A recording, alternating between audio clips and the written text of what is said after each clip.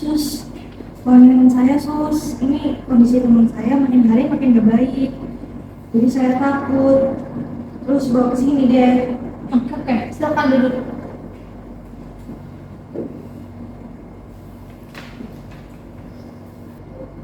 Terima kasih ya, kamu udah bersedia ke sini. Perkenalkan saya Miss Alfi. Di sini ada rekan saya, namanya Mas Bella.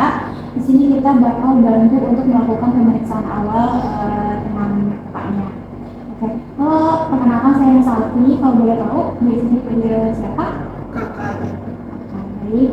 Jadi kakak terima kasih ya udah datang ke sini. Oke, untuk kakak, di sini saya akan berbicara sebentar dengan kamu supaya kita bisa memahami apa yang sedang kamu rasakan juga. Tujuannya agar kami tahu bantuan apa yang paling sesuai untuk kamu. Jadi nanti kalau ada ada pertanyaan yang berat, pelan-pelan aja jawabnya, nggak usah keburu. Apakah bersedia? Mungkin boleh diceritakan nggak temannya apa yang membuat kamu itu bawa apa ini ke ibu? Jadi sudah sekitar 2 minggu yang lalu itu teman saya berubah gitu. Jadi dia tuh lebih sering sendiri, lebih gampang nangis, dan apalagi tuh nggak mau ikut kegiatan di kampus gitu. Jadi saya khawatir banget sama dia.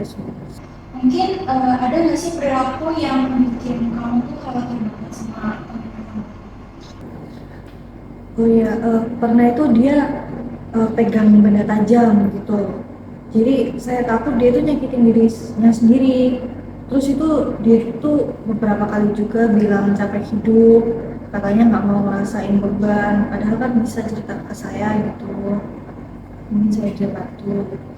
Terus, Terima kasih ya, ini informasinya sangat membantu sekali.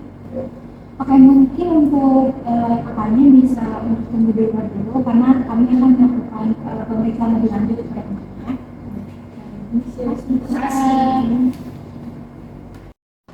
Oke, untuk kakak kita bakal ngobrol sebentar. Aku bakal tanya beberapa hal juga. Mungkin aku tanya terakhir ini apa sih yang nggak bisa kakak rasakan? kayak capek gitu. Sakitnya itu seperti apa? Kayak semuanya tuh berat aja. Jadi kamu merasa kalau akhir-akhir ini tuh kamu tuh merasa kayak sering lelah, terus kayak merasa semuanya itu terasa. Saat terasa berat itu, apa yang kamu lakukan? Intinya diem aja. Jadi biasanya kamu lebih memilih diam, menyendiri ketika rasa itu datang. Oke, kakak di sini tadi aku nggak sama dia di rumah kamu tuh ada beberapa bekas luka. Nah, sebenarnya di sini saya tidak mau menyalahkan kamu juga, tapi di sini saya hanya ingin memahami biar kita bisa membantu. Dan di sini aku mau tanya, luka itu kamu buat sendiri saat sedang merasa tertekan? Iya, aku buat sendiri. Nah, saat melakukannya itu apa sih yang kamu rasakan? Merasa lega gitu. Setelah kamu merasa lega, apa yang kamu rasakan? Setelah merasa lega, kadang ada rasa nyesel sih. Jadi setelah kamu merasa lega, kemudian di akhir kamu juga bisa merasakan penyesalan setelah melakukan itu. Oke, di sini saya ingin menanyakan hal lain juga. Di sini aku mau tanya, pernah nggak sih kamu dengar kayak sesuatu atau kayak hal yang mungkin orang lain tuh nggak dengar tapi kamu sendiri tuh dengar? Iya, karena Mungkin kalau kamu yang keberatan boleh coba diceritakan. kayak ada suara-suara gitu yang aku dengar. Nah, suara itu bilang apa? Kayak nyuruh aku buat berhenti hidup gitu. Terus bilang juga kayak kalau aku tuh nggak berharga di sini. Biasanya suara itu muncul ketika kamu lagi apa? Lagi sendiri kah? Atau lagi kamu banyak pikiran? Dua-duanya, kadang kalau banyak pikiran tiba-tiba dengar atau enggak lagi sendiri juga kadang-kadang tiba-tiba rasa dengar suara-suara itu.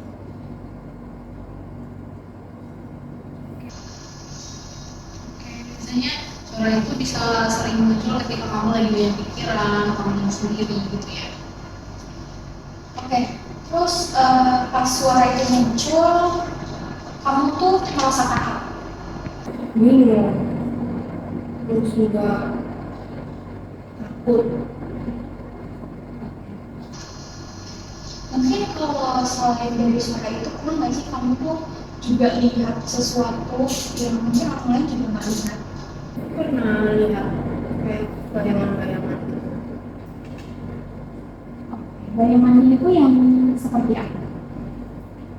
Melihat bayangan-bayangan yang kayak diri aku gitu, diri aku sendiri. Nah, di sini aku mau nanya, saat suara itu muncul, apa kamu tuh pernah merasa ada dorongan nggak sih untuk mengakhiri hidup? Pernah. Nah, pas kamu merasa ada dorongan itu, kamu tuh pernah melakukan hal ke arah situ? Pernah, aku pernah nyoba. Terus apa yang membuat kamu tuh jadi berhenti gitu untuk nggak melakukan hal tersebut? Karena aku takut, terus juga aku ingat teman aku.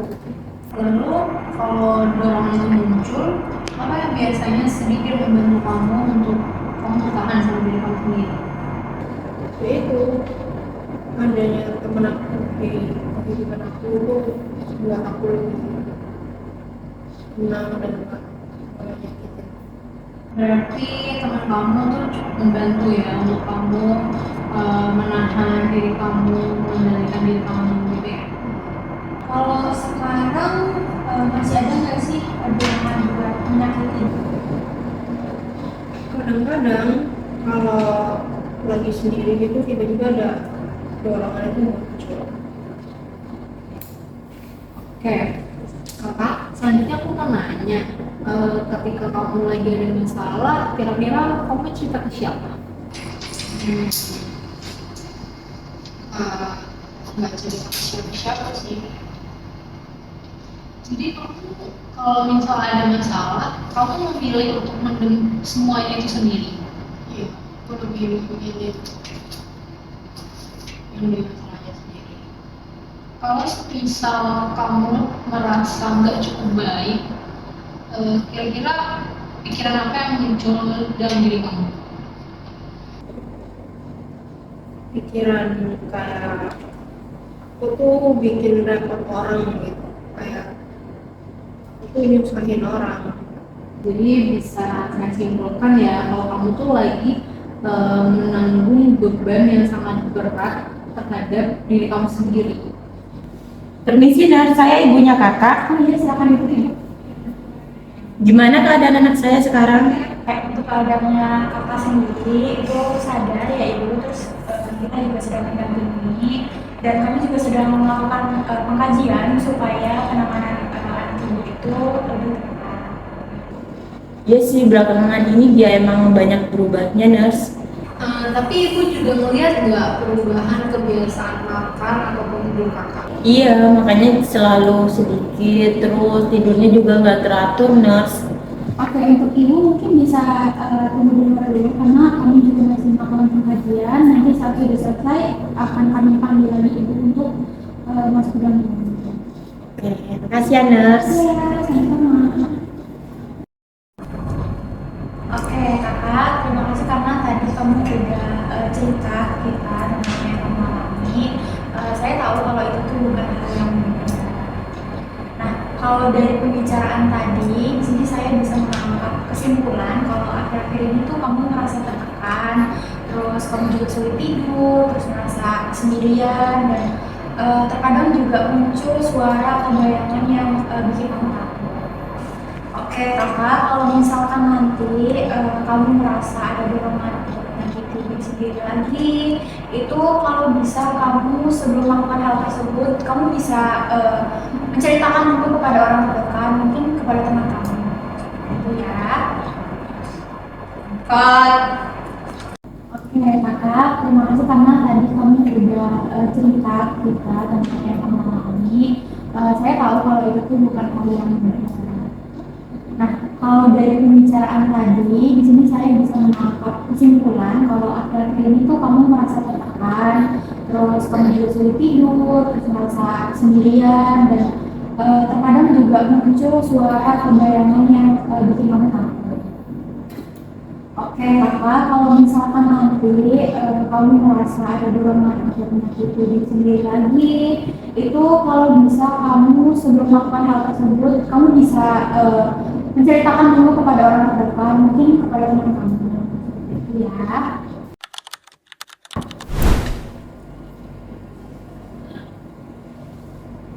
Suara itu, Suara kenapa? datang lagi suaranya. Sekarang coba kakak di sini lihat saya. Oke, kamu coba kamu merasakan kamu lagi di sini, kamu duduk di kursi, kaki kamu nyentuh ke lantai. Yakinkan diri kamu kalau kamu tuh benar-benar ada di sini, benar sama kita. Oke, sekarang aku mau kakak coba ikutin aku ya. Kita bakal tarik nafas, pelan-pelan tarik nafas, buang pelan-pelan, tarik nafas, buang pelan-pelan. Nah, aku mau kalau misalkan kakak mendengar lagi suara kayak gitu, kakak jangan fokus sama suara itu. Jadi kakak bisa langsung bilang aja ke orang terdekat agar kakak tuh bisa dibantu untuk ditenangkan.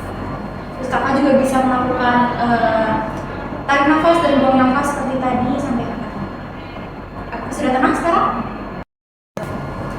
Oke kakak, tadi kamu ada cerita ke kita kalau kamu tuh merasa berat kalau kamu tuh milih untuk memendam semuanya sendiri, benar? Nah, sekarang kalau misalkan kamu tuh ada rasa tertekan atau apapun itu, kamu tuh gak harus menahan semuanya itu sendiri.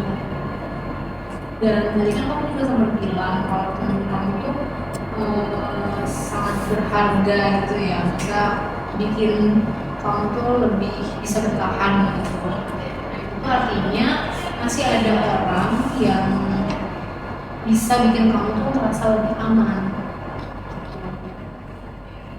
Kalau nanti misal perasaan itu datang lagi, kamu tuh bisa loh kayak cari orang terdekat kamu, misal contohnya tadi itu teman kamu gitu.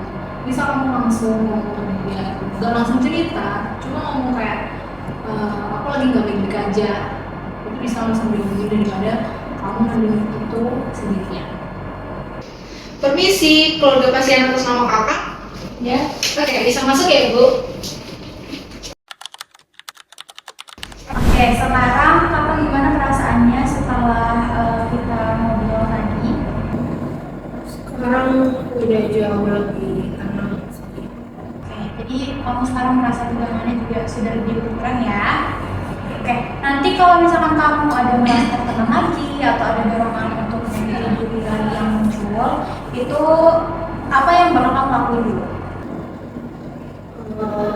Bilang ke orang terdekat sih, mungkin bisa ke ibu atau ke teman aku. Oke, itu ya. Itu pilihan yang aman buat kamu. Dan makasih juga tadi kamu udah mau cerita dan jujur ke kita tentang apa yang kamu alami.